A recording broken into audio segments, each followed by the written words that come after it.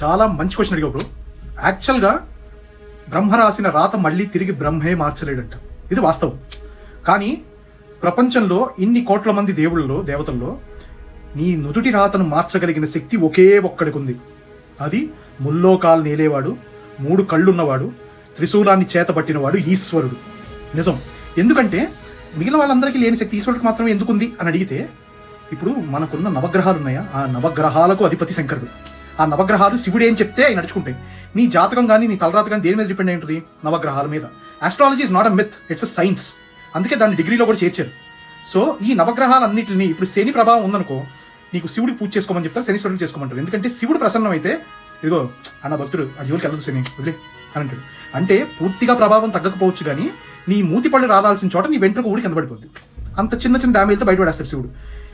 ఎవరి జాతకం బాగోకపోయినా సరే వాళ్ళని శివాభిషేకం చేసుకోమని ఎందుకు చెప్తారంటే, జాతకాలని తిరగతిప్పి రాయగలిగిన మొనగాడు ఈశ్వరుడు. కాబట్టి శివుడికి పూజ చేసుకోండి. ఇక జాతకాలతో పని లేదు, ఆయనే చూసుకుంటాడు, మొత్తం ఆయనే నడిపిస్తాడు.